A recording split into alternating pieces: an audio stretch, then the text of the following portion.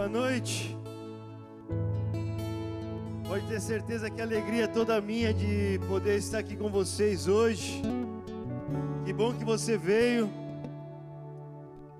Eu estou muito feliz, estou acompanhado da minha esposa Letícia, que está aqui comigo. Quando a gente viaja junto é tão bom, e deu certo a gente viajar junto. E vir para cá, quero agradecer pastor Abel, pastora Poliana, muito obrigado por nos receber. Ao Fabrício que nos buscou, obrigado, meu irmão. O Kio, o Davi que eu encontrei ali, os voluntários, que Deus abençoe vocês, todo mundo que está se esforçando tanto e dando do seu tempo, do seu coração para fazer a obra de Deus, é tão precioso ver isso. E eu sou muito grato a Deus por poder estar aqui com vocês, e muito honrado de estar aqui na primeira conferência agora, muito feliz. Que alegria, muito honrado. E também me sinto uma grande responsabilidade, para falar a verdade. Então eu sou grato a Deus. Amém? Glória a Deus. Então antes de começar, meus irmãos, feche seus olhos comigo. Vamos falar com o nosso Pai. Porque nós precisamos de um toque de Deus na nossa vida. Eu preciso disso. Eu vim com essa expectativa nessa noite. Eu quero ser tocado por Deus, quero ser cheio do Espírito Santo, quero viver experiências que eu nunca vivi antes, quero ir mais fundo, nadar realmente no oceano do Espírito, ir profundo em Deus, conhecer mais. Eu sei que existe mais, e existe agora para nós. Então, Pai, em nome de Jesus, nós estamos na Tua presença hoje, Deus, com muita gratidão no coração. Muito obrigado, Pai. Muito obrigado por essa noite. Obrigado por essa igreja. Obrigado, Deus, pelo que o Senhor tem feito nessa cidade. Obrigado de ter nos trazido aqui para cooperar um pouco naquilo que o Senhor está desenhando, Senhor. Pai, eu oro nessa noite que o Senhor derrame sobre nós algo especial, Deus. Derrame nos nossos corações, pois nós estamos famintos de Ti. Nós precisamos de Ti. Essa cidade precisa de Ti. Essa nação precisa, Senhor. E nós somos a Tua igreja e nós queremos mais de Ti nessa noite. Espírito Santo, o Senhor é bem-vindo para fazer tudo aquilo que o Senhor deseja fazer. Senhor, cure os enfermos, Senhor, nessa noite.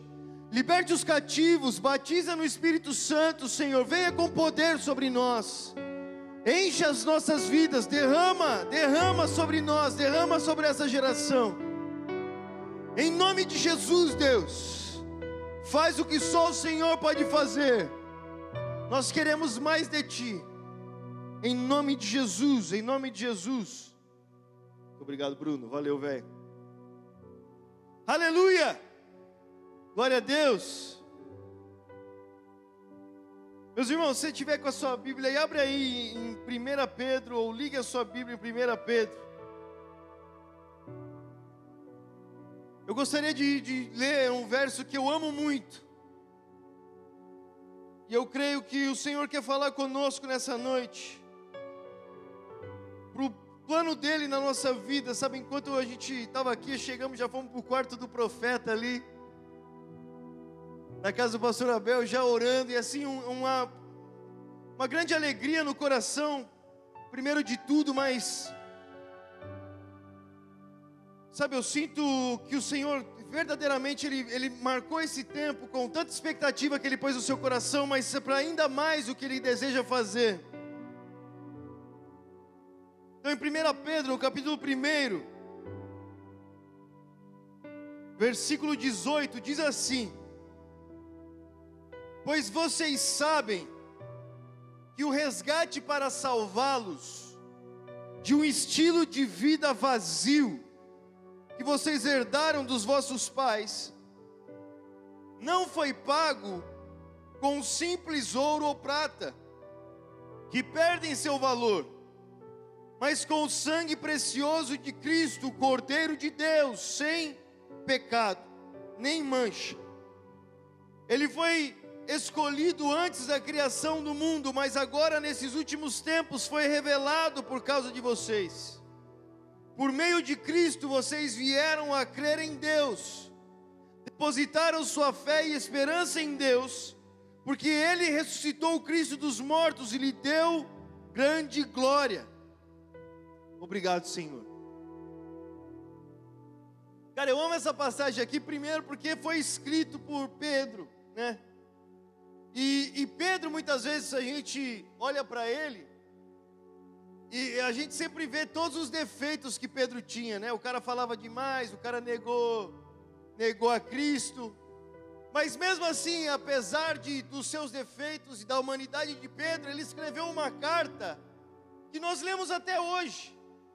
E leremos por toda a eternidade. Isso me encoraja muito, porque eu também sou um cara cheio de defeitos, cheio de inseguranças. Às vezes falo demais, me preocupo demais. Mas se Deus usou Pedro, por que não usar o Luca também? Né? Se Ele pode alcançar Pedro, Ele pode nos alcançar também. E é incrível que... Tá saindo aí. E é incrível que Pedro diz. Eu gostaria que você prestasse atenção aqui, ó. Ele fala o seguinte. Ele fala que nós fomos resgatados de um estilo de vida vazio. Em algumas versões diz um estilo de vida fútil. Ou seja, um estilo de vida sem propósito nenhum. Um estilo de vida sem porquê, sabe? A pessoa que acorda pela manhã e não sabe o que vai fazer da própria vida. Não sabe o porquê está aqui. Eu acho que a nossa geração vive muito isso. Nós vivemos uma falta de sentido muito grande, né? Os jovens muito perdidos, nós nunca tivemos tantas coisas, nunca falamos tanto sobre identidade. Eu não estou falando dentro da igreja, eu estou falando no mundo, né? Hoje as pessoas, elas pensam que quanto mais se conhecem, mais perdidas elas estão. Você percebe muito bem nas discussões na internet, como os jovens vivem, o desespero, sabe, gente com depressão tão novo, passando por tantos problemas, dificuldades, de se conhecer, de saber o que está fazendo aqui. Índice de suicídio crescendo muito entre os jovens, uma falta de sentido, e é muito isso que Pedro está falando. Sabe, nós vivíamos um estilo de vida vazio, um estilo de vida sem propósito nenhum. E talvez vocês perguntem, o que poderia ser um estilo de vida vazio? Sabe, qual é um estilo de vida sem propósito? E existem tantos, existem muitos, né? Talvez pessoa que viva com medo, não tenha um objetivo, tantas coisas. Mas se nós olharmos para a vida de Pedro, nós vemos na diferença da sua vida o que ele queria dizer. Porque Pedro, quando foi encontrado por Jesus, não é que ele não estava fazendo nada da vida, né? Jesus encontrou ele fazendo nada, jogado no chão lá. Pedro estava trabalhando, na verdade. Ele estava trabalhando para suprir a sua própria casa, suprir a sua família. Mas mesmo assim, Pedro diz que ele foi resgatado de um estilo de vida vazio. E talvez a gente possa pensar, como isso é possível? Será que o que ele fazia não tinha propósito nenhum? Existia um propósito que ele fazia. Mas o que Pedro está falando agora é que ele vive por um propósito maior. E que se antes existia um foco na sua vida, agora existe um foco muito maior. E o foco da sua vida estava naquele convite que Jesus fez a ele, que é: me segue, siga-me. E nesse foco de seguir-me, eu vou fazer algo com você. Eu tenho uma missão para você, eu tenho um propósito para você. No seguir a Cristo existe um motivo para segui-lo, e esse é o grande motivo que Pedro diz que agora vive. Que se antes ele vivia por um propósito vazio, algo que acabaria, algo que passaria, agora ele vive por um propósito eterno.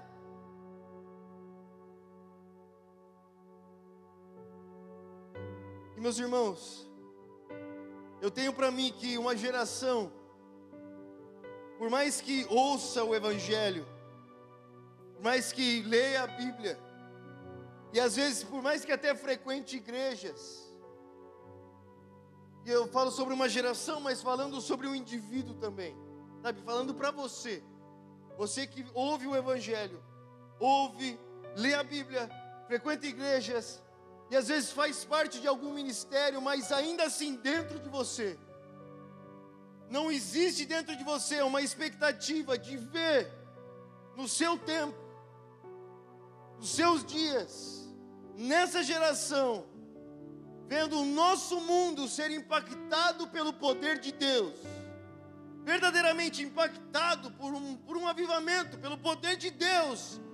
Nesse tempo eu acho que a gente está vivendo de uma forma vazia, por tantos focos que nós podemos ter.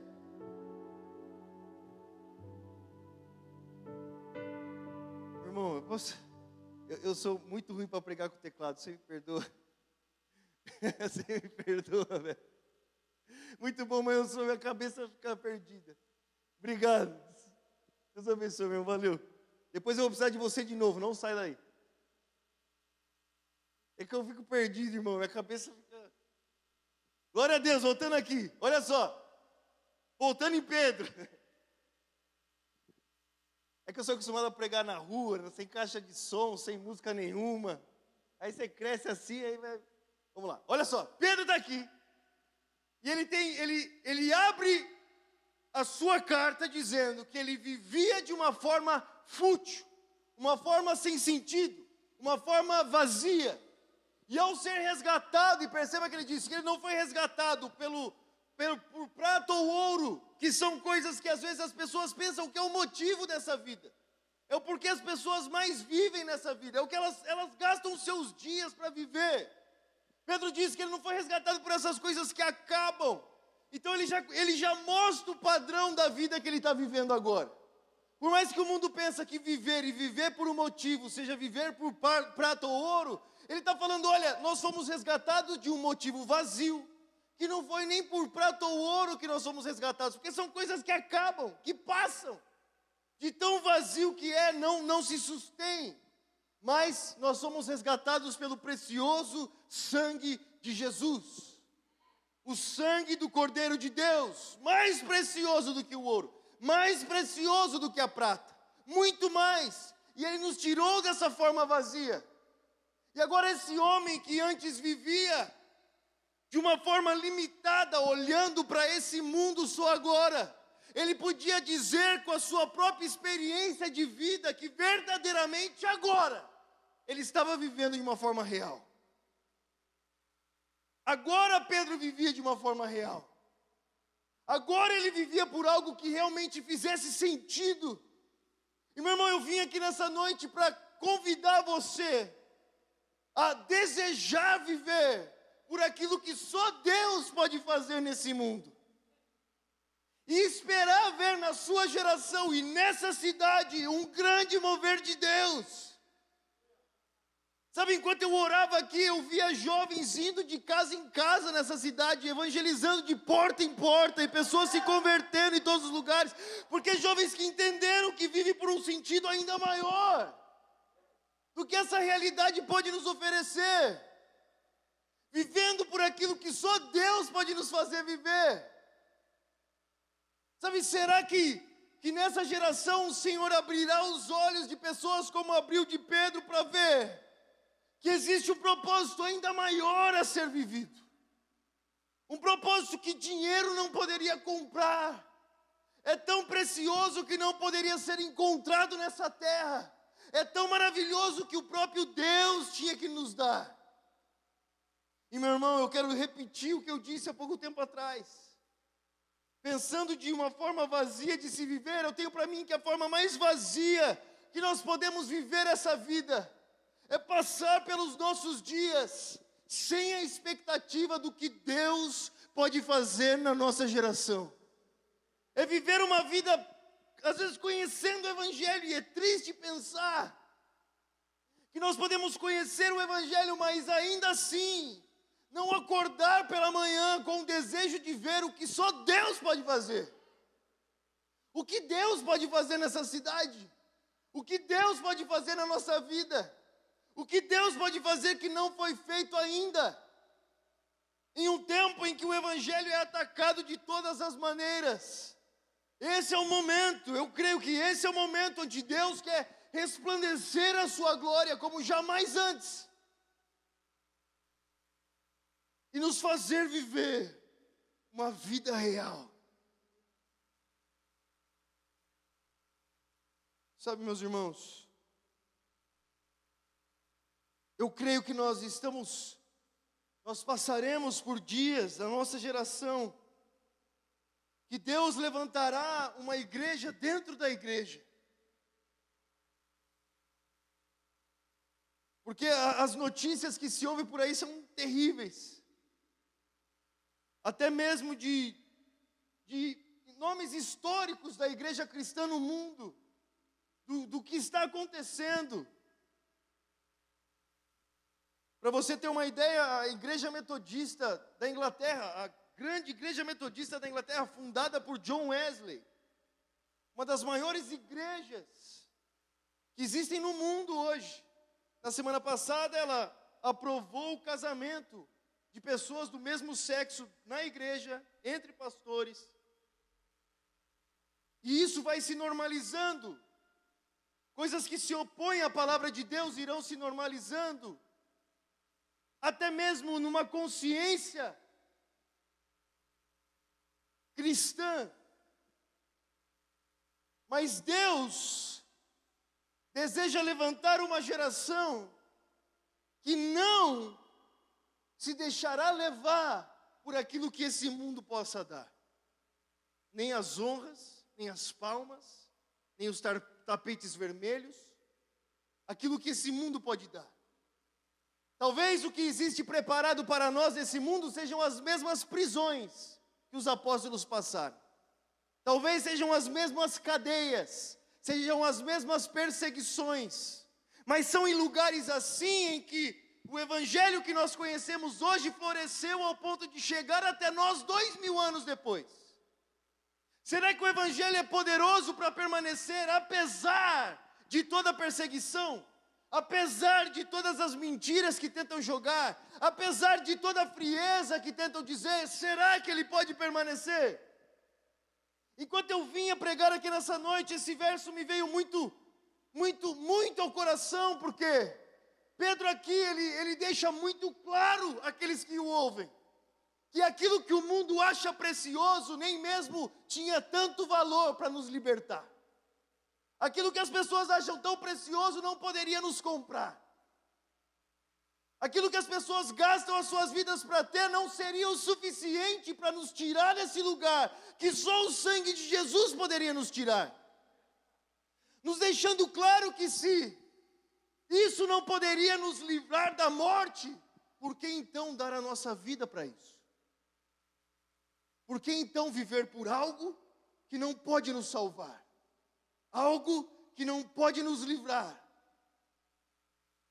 Ao invés disso, Pedro diz: nós fomos resgatados desse lugar pelo precioso sangue do Cordeiro de Deus, que nos fez crer em Deus.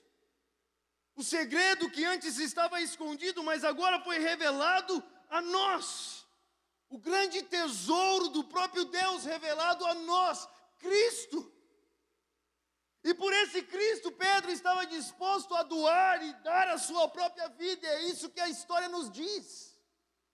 Que esse homem que escreveu essa carta, que foi encontrado por Cristo e chegou até nós hoje, morreu de ponta cabeça, pregado numa cruz, testificando desse que ressuscitou, com plena confiança de que, mesmo que se nós morrermos, nós viveremos com Ele. Meu irmão, será que esse evangelho não te fascina? Ao ponto de entregar tudo que você tem aos pés de Cristo e dizer, eu quero viver isso. Porque o que adianta viver e construir sobre a areia, se um dia irá acabar? Por que não construir sobre a rocha? Por que não enxergar o invisível? E saber para onde nós estamos caminhando? Pedro diz, nós fomos resgatados. Nós fomos resgatados de uma vida vazia.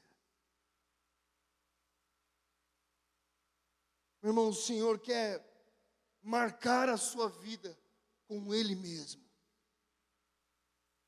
Existe um tesouro mais precioso do que tudo que se possa ver ou tocar, ou sentir. E é o próprio Deus. E esse Deus, por amor a nós, entregou o seu Filho para nos ter.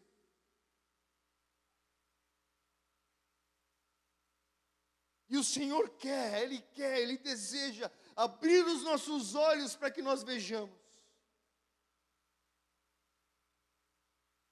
aquilo que o mundo não conhece, que Jesus disse, o mundo não o conhece. O mundo não o quer, mas vocês o conhecem. É a vocês que eu me apresento. É a nós que hoje ouvimos essa mensagem. Sabe, eu rodo tantos países do mundo e eu fico pensando como o nosso povo é tão abençoado de poder. Em cada esquina dessa nação ter alguém anunciando o nome de Jesus. Talvez para muitos se torne algo tão banal, mas será que é banal ouvir o nome daquele que criou os céus e a terra? Não seria terrível passar por essa vida pensando que você viveu, quando na verdade você vai terminar morto? Mas na verdade hoje se apresenta a nós a verdade e a vida, que espera de nós uma resposta como Ele nos deu.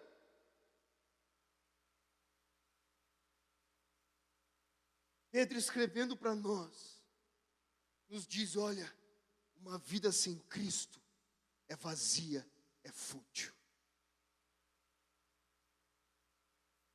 Uma vida que não é vivida para Ele, por mais que o mundo te aplauda, por mais que as coroas cheguem, é uma vida vazia.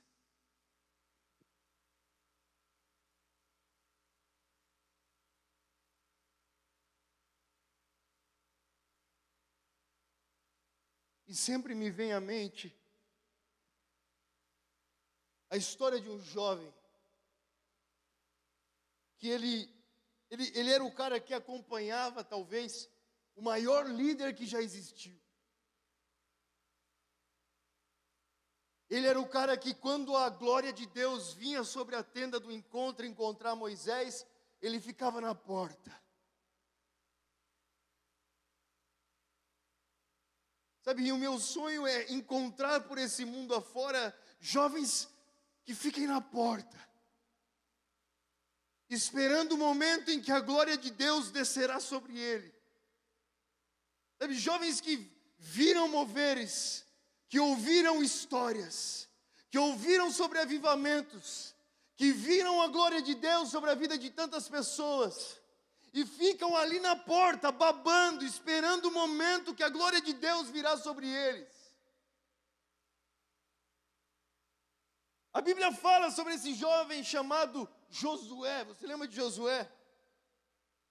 A história de Josué é muito fascinante para mim, porque ele fazia parte de um povo que havia recebido do próprio Deus a grande promessa de entrar na terra prometida. Ele fazia parte de um povo que havia visto as maiores maravilhas, talvez, que esse mundo já viu. Viu o mar se abrir, viu maná do céu, viu a nuvem de glória, a coluna de fogo, viu sinais que mostram, eles constroem a nossa fé até hoje. E a Bíblia diz que um dia Deus falou para Moisés para entrar na terra. Diante daquele povo estava aquela sua promessa que Deus havia feito. E Moisés, ele decide então enviar 12 espias para espiar a terra. Você lembra dessa história? E as 12 espias vão. E elas voltam. E quando elas voltam, 10 dessas espias voltam dizendo o seguinte: tem gigantes naquela terra. A gente não vai conseguir. É difícil demais. É duro demais. Não tem como. É muito difícil, eu sei, foi a terra que Deus nos prometeu, mas tem gigantes naquele lugar. Será? A gente não vai conseguir entrar lá, não tem como, não tem jeito. E por que aquelas 10 espias voltaram trazendo essas notícias? E chorando com medo dos gigantes que estavam na terra. O povo começou a chorar e se lamentar também. E no meio dessas 12 espias tinham 2 homens, 2 jovens, Josué e Calebe. Josué e Calebe foram os únicos 2 que voltaram, meus irmãos, dizendo o seguinte: mas se Deus prometeu, será que Ele não é fiel para cumprir? Se Deus falou que vai fazer, Ele irá fazer. Se tem cabeças de gigantes, se tem gigante lá, vamos cortar a cabeça desses gigantes. É uma grande oportunidade de ver Deus se movendo. Quanto maior for o problema, maior a solução, o milagre é maior ainda. Se está difícil, glória a Deus, nós vamos ver Deus se mover como nunca se moveu antes. Mas, meus irmãos, porque 10 espias voltaram dizendo que não tinha jeito, o povo chorou e o povo não creu. E sempre que eu lembro disso, eu lembro daquela fala que diz que quem tem promessa de Deus não morre. Aquele povo morreu. Eu acho que quem crê nas promessas de Deus não morre sem elas. E existiam 2 jovens que criam. E eu nos vejo nesse lugar.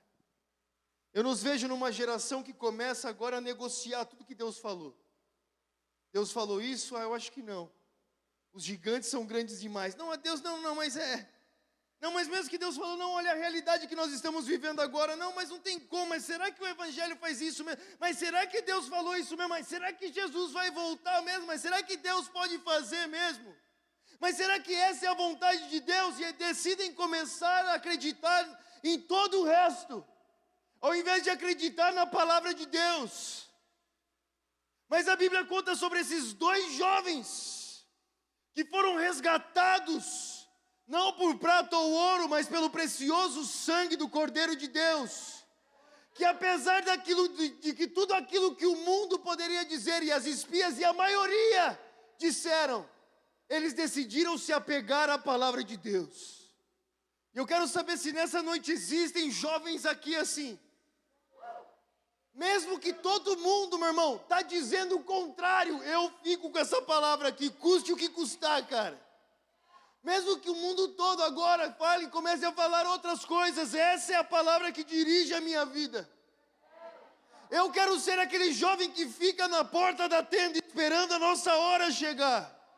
Na hora que a glória de Deus virá sobre nós. Mesmo que tenha que passar por um deserto e passar por outro, e passar por outro, e passar por outro, até que chegue a hora em que nós entraremos na terra prometida. Toda uma geração que não acreditou, morreu sem entrar na terra, mas esses 2 jovens, mesmo sozinhos, e eu fico pensando como foi difícil para esses 2 jovens. Porque imagina, meu irmão, você está com um povo, e de repente todo mundo começa a ir embora. Todo mundo. E vai ficando só você, e você olha e todo mundo vai indo embora. E parece que realmente a palavra de Deus estava errada. Parece que aquilo que Deus prometeu, não sei, está demorando demais para acontecer. Será mesmo que vai acontecer? Será? Todos esses anos passando e as pessoas indo embora e as coisas acontecendo, e aqueles caras que não acreditavam, e acontece aquilo e não acontece aquilo outro, e você começa a se questionar, será? Mas glória a Deus, porque eles permaneceram confiando de que Deus faria. E eu creio que é esse o momento que nós estamos vivendo, onde tantas pessoas podem deixar tudo aquilo que acreditaram a vida toda. Tantos jovens que o ano passado estavam conosco, que deixam de acreditar no que sempre acreditaram. Mas porque duas pessoas permaneceram, dois jovens permaneceram acreditando na palavra de Deus, fincaram a bandeira dos seus corações nessa palavra e disseram: é ela que guia a nossa vida, é ela que direciona o que nós cremos, é ela que direciona o que nós vivemos. Porque esses dois jovens, meus irmãos, foram dois que acreditaram, dois que declararam, dois que permaneceram. O resto da história se cumpriu. E se todos nós aqui fincarmos o nosso coração nessa palavra, e se todos nós abrimos os nossos ouvidos para o que essa palavra diz, quando diz que nós não vivemos por coisas que passam, que nós não colocamos o nosso coração naquilo que pode ser roubado, mas colocamos a nossa expectativa e alvo de vida naquilo que Deus falou.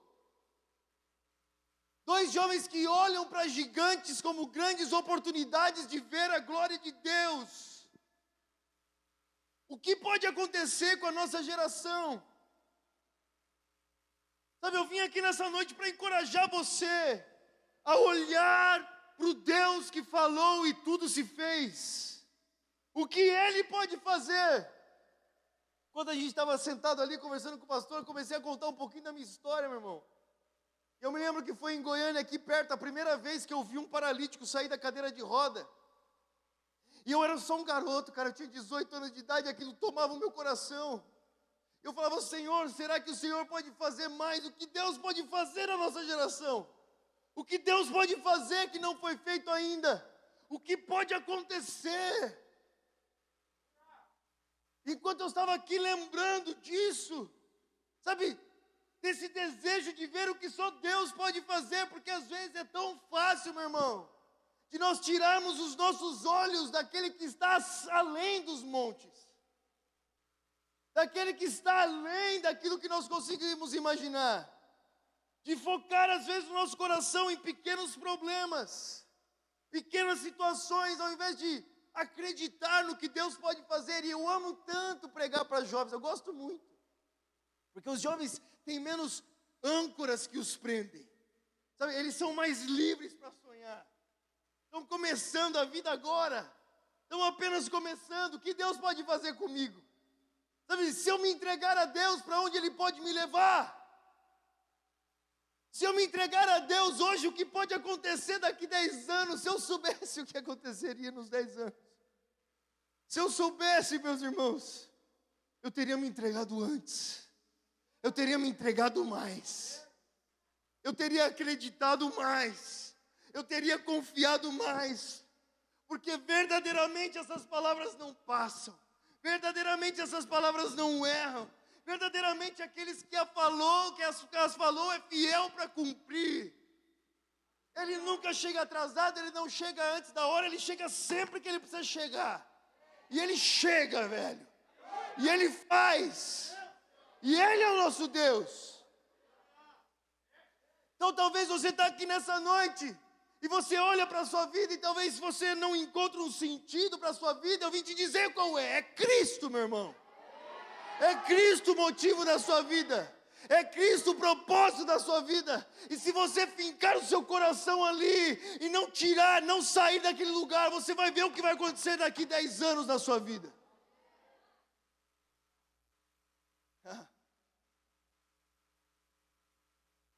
O que pode acontecer se nós acreditarmos até o fim? O que pode acontecer? Eu não estou falando em um fim de semana. Não estou falando no próximo fim de semana. Eu estou falando em 10, 15, 20 anos. O que pode acontecer com a sua vida? O que pode acontecer com essa cidade? O que pode acontecer com essa nação?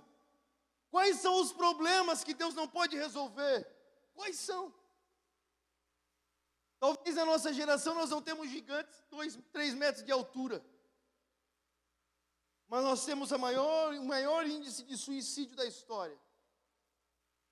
Nós temos o maior número de órfãos que já existiu na história.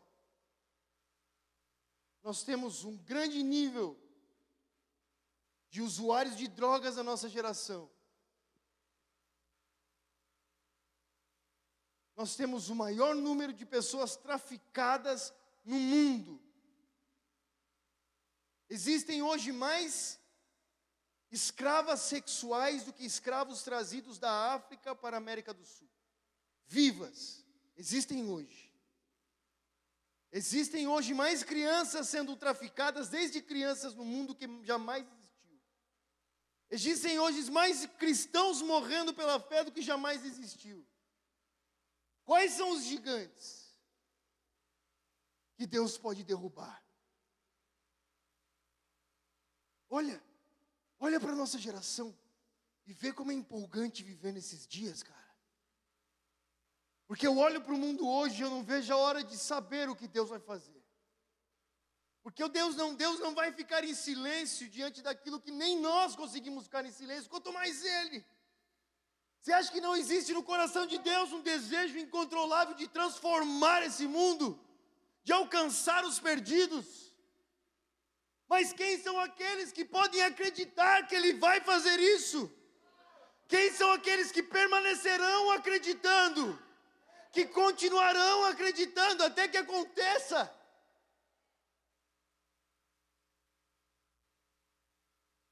Sabe, meus irmãos, eu fico olhando para a Europa, a gente vive na Europa hoje, o islamismo crescendo como nunca antes. Eu fico imaginando aqueles jovens de burca, chegando na porta da minha casa e falando, eu quero conhecer o seu Deus. Eu falo, entra então, é aqui, brother.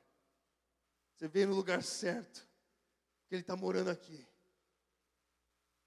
Deus está em casa. Vem e veja. Vê o que só Ele pode fazer.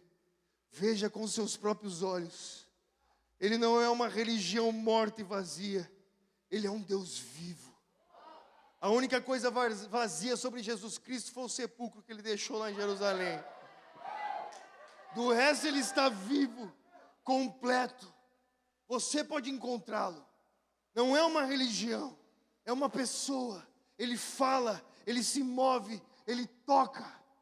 Ele anda. Venha e conheça a Deus. Será que não é fascinante para você pensar que você pode conhecer esse mesmo Deus que esses homens conheceram? Que você pode andar com esse mesmo Deus que esses homens andaram? Eu creio que nesses dias o Senhor quer de novo avivar o fascínio do seu coração por Ele. Quando, meu irmão, falar de Jesus vai se tornar a coisa mais fácil que você faz na sua vida. Que você está tão cheio de amor, meu irmão. E as pessoas estão tão abertas, meu irmão. Hoje a gente veio, vindo para cá, a gente alugamos um carro, deixamos o carro, o cara da van chegou. Cheguei para conversar com ele, eu falei, e aí, meu irmão, como é que você chama? O cara chamava Otaniel Daniel. Eu falei, Otaniel Daniel, que nome interessante, de onde é ele? É bíblico. Nossa, eu sou pregador e não sabia. Eu falei, então você é crente? Ele falou, não. Eu falei, ainda não. Aí eu comecei a conversar com ele, a gente parou rapidinho. Aí ele foi na van, eu desci, eu falei, ô Daniel, o negócio é o seguinte, meu irmão. Eu falei de você lá, se você é crente, mas eu posso falar um negócio? Eu não tenho como não falar de Jesus para você, porque desde que Jesus entrou na minha vida, eu não sou mais o mesmo. As pessoas pensam que Jesus é uma religião, fazem de Jesus um monte de coisa, mas Jesus, Ele está vivo, cara. Ele mudou minha vida. Desde que Ele mudou minha vida, eu tenho que falar para as pessoas sobre o que Ele fez, porque Ele é mais real do que o ar que você respira. E aquele homem parou na nossa frente assim e falou assim, cara, que bom que você está falando isso para mim, porque, sabe, eu acredito que Deus quer falar comigo hoje, Ele usou você para vir falar comigo hoje. Para falar, olha para mim, ainda dá tempo, ele falou. Eu falei, verdadeiramente, meu irmão, a hora é agora.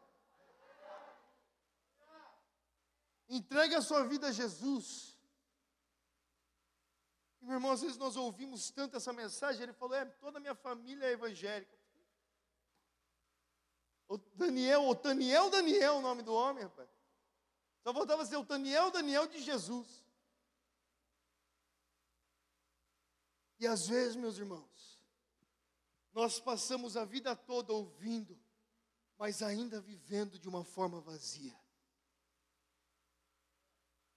A gente pensa, acredita, a gente nos engana. E para mim isso, eu tenho pavor de pensar que eu posso acreditar que eu acreditei a vida toda. Na verdade eu nunca acreditei, porque imagina você. Um dia nós vamos chegar diante do trono de glória de Deus. E Ele vai estar sentado e nós vamos estar na frente. Os anjos vão estar lá cantando santo, santo, santo. E Ele vai ter as mãos furadas. E nós vamos falar, meu Deus, é verdade, isso é verdade. Cara, eu acreditei nisso a vida toda. Eu li sobre isso e é verdade. Aí imagina que terrível seria você olhar para isso e falar assim, eu acreditei, mas eu não acreditei tanto assim. Eu não acreditei ao ponto de entregar minha vida toda aos seus pés, de desejar Ele dia e noite, de planejar minha vida segundo a sua vontade, de deixar verdadeiramente Jesus se assentar no trono do meu coração e decidir sobre aquilo que eu tenho que fazer. Eu acreditei, mas não acreditei tanto assim. Talvez eu acreditei. Às vezes Ele me ajudava, era bom que me deixava mais feliz. Mas eu não acreditei ao ponto de entregar a minha vida, cara. De sair da morte para a luz. De planejar, de construir a minha vida sobre a rocha, de saber que tudo que eu tenho é Cristo. E mesmo que tirem tudo que eu possa possuir, eu ainda tenho tudo que eu preciso. Sabe, eu vivo pelo dia de saber que eu não só recito os versículos bíblicos, mas eu os vivo. Imagina que maravilhoso seria, meu irmão, se a nossa vida dissesse, ouve o que eu estou falando, não estou falando da nossa boca dissesse, se a nossa vida dissesse, se Deus é por nós, quem será contra nós? Aquele que não poupou o seu próprio filho, antes por todos nós o entregou, não nos dará graciosamente com ele todas as coisas? Quem atentará acusação contra os eleitos de Deus? É Deus quem os justifica. Quem os condenará? É Cristo quem morreu, ou antes quem ressuscitou, está à direita de Deus, intercede por nós. Quem nos separará do amor de Cristo? Será perigo, fome, nudez, espada? O que pode nos tirar dali? Sabe o que esses homens viveram? Que mesmo numa prisão ele podia escrever para o seu discípulo e falar, segue o meu caminho, velho. Faz como eu fiz. Tem um monte de gente aí que você viu que se afastou, mas você me conhece, Timóteo. Lembre-se de Jesus Cristo que ressuscitou dos mortos. Não tenha medo de sofrer, não se envergonhe das correntes. Não tenha medo de morrer, porque mesmo se você morrer com Ele, você viverá com Ele. Cumpra o seu ministério cabalmente, fuja das paixões da juventude, se entregue àquilo que você viu que eu preguei, pregue essa palavra, cumpra o seu ministério, cara.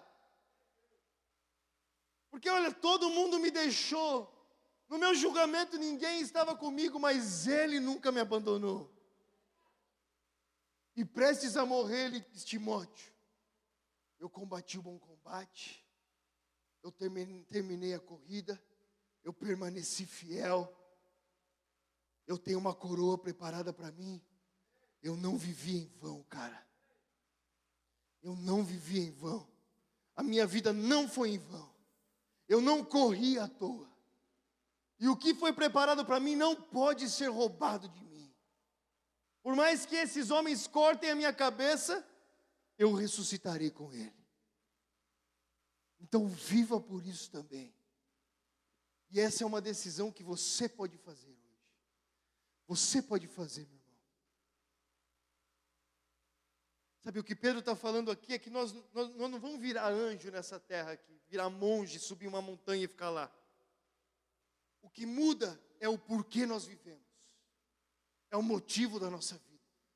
E tudo que nós fazemos, o porquê fazemos. Tudo que conquistamos, o porquê conquistamos. A sua juventude, para que ela serve? Os talentos que Deus te deu, o porquê você vai usar? A coragem a vitalidade, tudo aquilo que está disponível na sua mão, a quem você quer honrar, por quem você quer viver.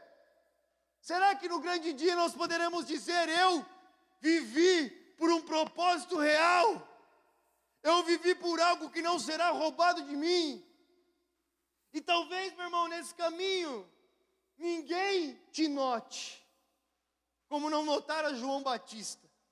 Um dia chegaram para Jesus no Monte da Transfiguração e falaram: Jesus, mas Elias não viria? O cara estava lá, o cara morreu, perdeu a cabeça, passou batizando gente, chamando os caras de raça de víbora. E os discípulos não reconheceram o ministério dele. Jesus, Elias não viria?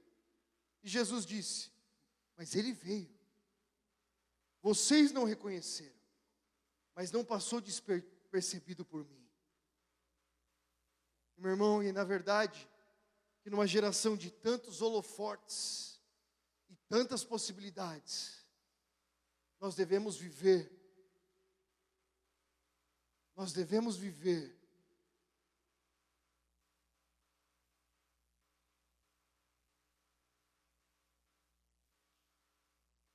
pela observação, e diante dos olhos, e diante da aprovação, e da curtida de um só, que é o nosso Deus. Porque tudo passará, velho. Tudo passará. Mas as suas palavras jamais passarão. E talvez hoje você olha para isso que foi pregado e você diz: como? Como? Como eu posso viver isso? Como?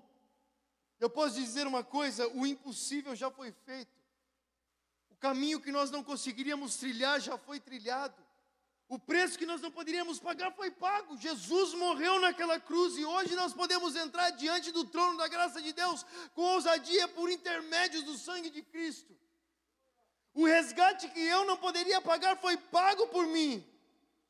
Mas agora vai de mim ouvir essa palavra e dizer sim a ela. Eu quero. Faz. E dizer sim hoje, dizer sim amanhã. Meu irmão, eu te faço um desafio.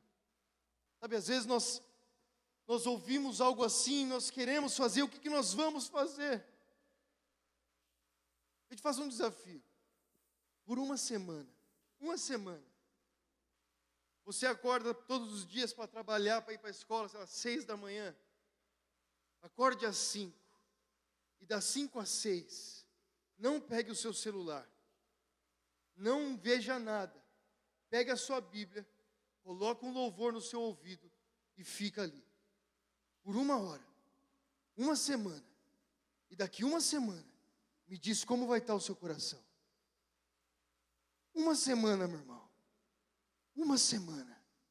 Colocando Deus como a prioridade da sua vida. Me diz como vai estar o seu coração. Você não precisa mais que isso para a sua vida mudar para sempre. E de repente, meu irmão, aquele que antes dormia lendo a Bíblia, começa a acordar para ler.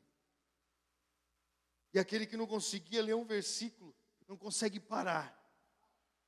E o que antes não fazia sentido, começa a tomar a sua vida.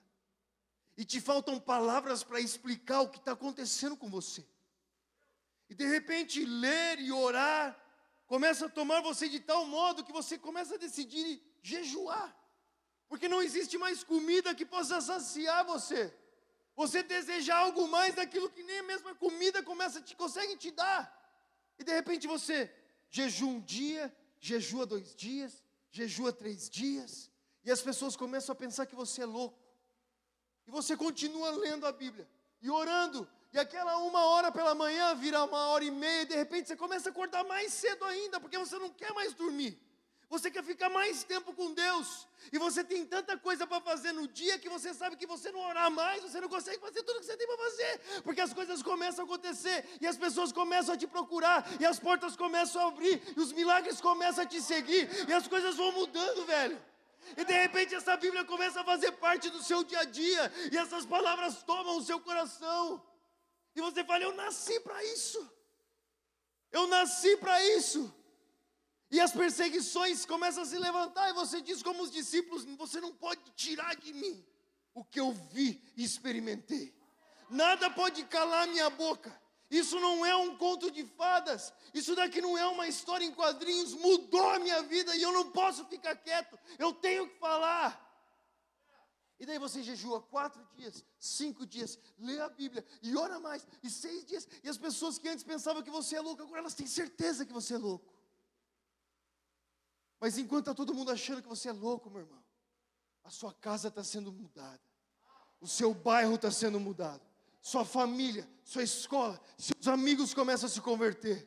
Não tem como você passar por algum lugar e Deus não fazer alguma coisa. Meu irmão, nosso Deus é real, cara. Mas quem vai colocar o coração nessas palavras e ir até o fim por ela? Eu sei que é você. Deus não te trouxe aqui à toa. Você não está aqui por acaso. Você não está aqui por acaso. E não importa o que aconteceu meia hora antes do culto. Tudo começa agora, meu irmão. Agora é a hora. Agora é a hora. Agora é a hora. Não importa o que passou. Não importa todos os seus erros que ficaram para trás. Não importa. Não importa. Agora tudo pode mudar. A decisão que você faz agora. O seu comprometimento agora com Deus. E a vida é vivida sempre no agora. Porque amanhã será outro agora. Que você coloca o de Cristo em prioridade. E no outro dia, um outro agora. E você não tem certeza do que pode acontecer amanhã, mas o hoje, o agora, você pode entregar completamente a Deus. E falar: aqui, Senhor, o Senhor tem tudo de mim. Tome tudo da minha vida. Tome o meu coração. Eu quero viver isso. Eu não quero passar por essa vida à toa. Eu não quero viver em vão. Eu quero viver para Ti. E meu irmão, vivendo de agora em agora, entregues a Deus, a gente se encontra daqui 10 anos. Você me diz o que aconteceu. Me diz o que aconteceu, meu irmão. Me diz se não valeu a pena dizer sim para o Senhor. E sim de novo. E sim de novo. E sim de novo. E quando nada parecia acontecer, sim mais uma vez. E quando todo mundo dizia não, sim mais uma vez. E vê para onde Deus vai te levar. Fica de pé, por favor.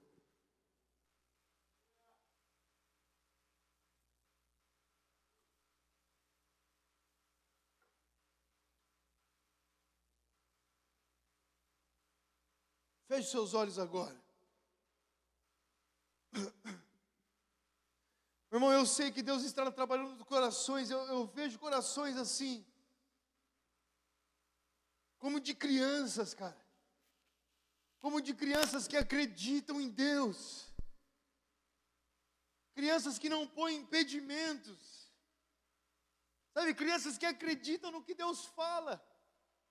Que não fica pensando: mas se isso, mas e aquilo, mas aquilo assim. Não, crianças que acreditam, porque Deus falou, Ele vai fazer, como crianças. Que acreditam que Deus pode tocar uma geração, e por acreditar, eles vão para as ruas, e eles pregam o Evangelho, e eles falam de Jesus, e eles oram pelos enfermos, e Deus coopera com eles, com sinais e maravilhas. Sabe, jovens que vão ser tão tomados de fé, que as pessoas ao redor não vão acreditar. Como pode você acreditar tanto assim? Mas nada roubará o seu fascínio, meu irmão. Nada roubará o seu fascínio por Deus. Porque essa é a hora. Essa é a hora. Quando as trevas se levantam, é ali que a luz resplandece. Essa é a hora. Sabe quem são os jovens que vão acreditar na palavra de Deus? Vão acreditar nela mais do que o chão que eles pisam. Sabe, uma certeza sobrenatural daquilo que Deus falou que irá fazer. E esses serão aqueles que irão de porta em porta, cara. irão de porta em porta, declarar o nome de Jesus, orar pelos enfermos, curar os enfermos, ressuscitar os mortos, expulsar os demônios. Esses serão aqueles que nenhum medo pode pará-los, que nem a fome, nem a prisão, e nem o perigo, e nem a nudez, e nem a espada, nada pode pará-los. Que tenha plena convicção daquele que o chamou, aqueles que foram resgatados e sabem que foram resgatados, que as suas vidas não estão mais na mão de qualquer um, mas entregues ao próprio Deus. Senhor, toma o nosso coração, Espírito Santo. O Senhor tem liberdade aqui. Eu quero que o Senhor faça o que o Senhor quer fazer nos corações, Deus. O Senhor nos trouxe aqui nessa noite para abrir os nossos olhos para ver e ver o invisível, Senhor. Então derrama sobre nós. Eu oro em nome de Jesus agora. Em nome de Jesus. Em nome de Jesus, Senhor, eu oro. Deus, eu declaro o seu poder, que o seu poder seja sobre eles agora. Na autoridade do nome de Jesus. Na autoridade do nome de Jesus, para confirmar o que o Senhor disse, Deus. Uma fome além do material, Deus. Uma fome que vai além. Uma fome que nada desse mundo pode saciar. Que nem todas as oportunidades e possibilidades podem tirar de nós o fascínio por Ti. Pai, em nome de Jesus. Em nome de Jesus. Enquanto nós oramos, Senhor, eu oro também nessa noite que o Senhor cure os enfermos que estão aqui, Deus. Que precisam de cura, que precisam ser curados. Eu oro em nome de Jesus. Que o seu poder seja sobre eles agora. O que o Senhor faça, o que só o Senhor pode fazer.